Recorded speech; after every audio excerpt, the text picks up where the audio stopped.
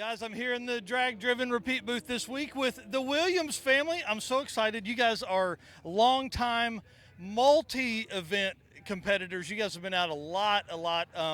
But this event for you guys, tell us who you are first, where you're from, and then kind of some of the adventures you had yesterday. Well, obviously, Robert and Debbie Williams, Team Pork Chop Motorsports, as you can see by our hashtags. But yeah, I've done I started Drag Week in 2013, obviously, with the Pork Chop Camaro, and Yep. it's kind of like multiple cars over the years. And last year, after 2.0, I decided to do Death Week with my son David in his Suburban. Yeah. So there were 4 of us. And we decided, because there's no way that we're going to be competitive on the track, that they had a top tourist award, and it's like, okay, we're doing that. Yeah. So we had a thing where it was totally unscripted. A lot of people said, you guys did all this stuff in advance and stuff.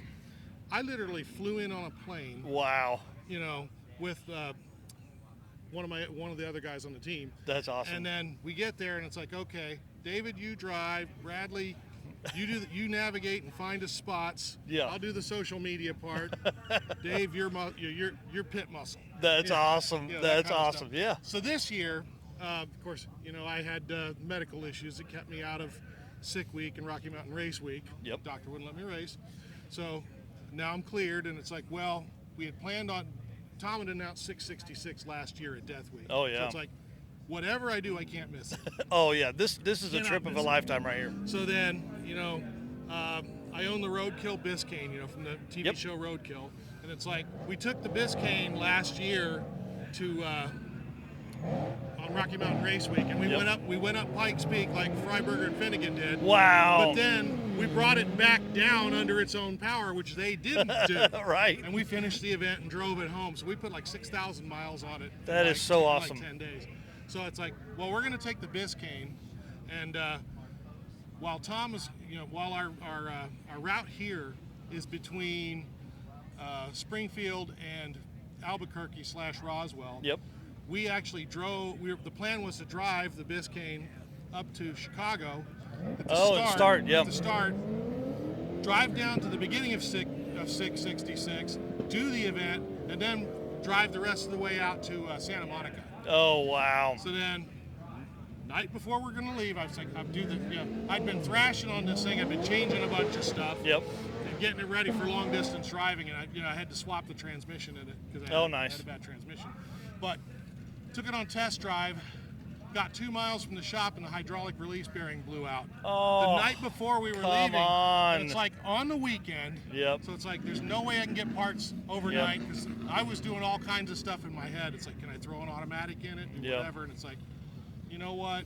It's not worth it. I'm not going to Yep. be able to do it in time. So we got my Hellcat Challenger, Yep. which now I changed. Yesterday I had a message on the back window that says "Not the Biz Bomb," because the Biscayne looked at me a solid, put me in the Biscayne in the program that handed out to everybody. So Oh. I really feel like a heel because I didn't bring the car.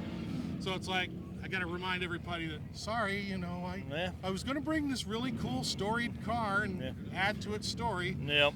So we'll have to find another event for that to do. Oh yeah, for sure. So yesterday we started out on this top tourist thing. Debbie and I decided to do the top tourist, and we had 26 stops so far. Oh my gosh, 26, and there were only 3 route stops, yeah, right? Yeah. yeah, Okay, 3 so to route give everybody an idea of what commitment these guys have made here.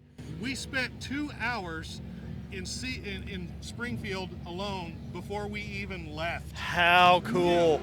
We saw some sketchy stuff, let me tell you. 'Cause some of the old Route 66 stuff, Yeah. there's a lot of ruins and stuff. Yep. There was one hotel we were at, or motel court. We went there, and the sign was gone. The place was still there, but it looked like a homeless camp. It probably was. And it's like, Debbie was getting out to do pictures with me, selfies at each Yeah. shop, and I said, stay in the car. Stay in the car. Well, I'm maybe making a run for this one. Right. So we've had Wow. a couple things like that.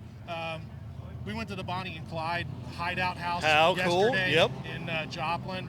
Same thing. There was a neighbor across the street that didn't appreciate us stopping because it's in a residential neighborhood. Oh wow. So it's like he's giving us the stink eye, so it's like, quick. We're just going to be in and out of this. Just doing a picture, and I'm out of here. I swear to God. Yeah. You know, so, Well, what about some roadside stuff? Did you get any cool old car pictures? got some old car pictures. We found some really cool stuff. We found this ghost town called Red Oak 2. Oh, I love it. You know, Yeah. and it's supposed to be a ghost town, but I guess somebody built it. But Yep. But got antique buildings from different places and Yep. actually brought them there. I mean, Yep.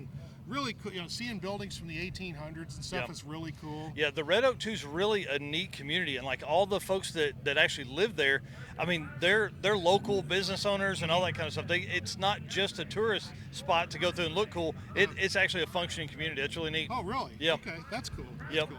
Yeah. So our plans today is we're gonna find some more. I mean, we're gonna hit the obvious Route 66 spots that all tourists do. But I've been trying, you know, I actually have been doing more research on this one because I figured I'd prepare.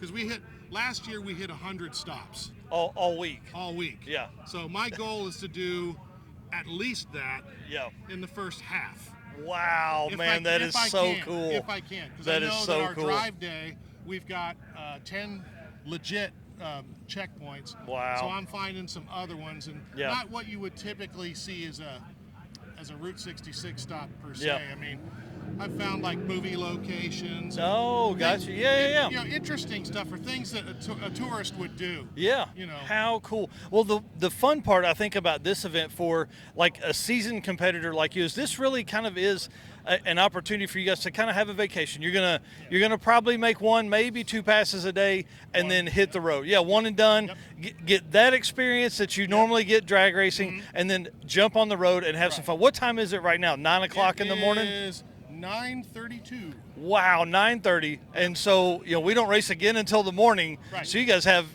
Oh yeah. 20 hours that you can mess with stuff and get some sleep. Yeah, and Debbie's no stranger to this.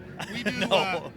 We also do Lemons Rally, which you know about Yep. that. Oh, yep. You know, the 24 Hours of Lemons guy has the scavenger hunt. So we just think of this as kind of like Drag Week or Sick Week Yep. meets Lemons Rally for us. Oh yeah, for So sure. it's That's like, really cool. Find it, because they make us find our own spots there. They give you clues, and you got to find the checkpoints. That's how that works. Interesting. So it's like, okay, well, night before, we'll look at this. Yeah, this looks good, this looks good, this looks good. Here's the official route.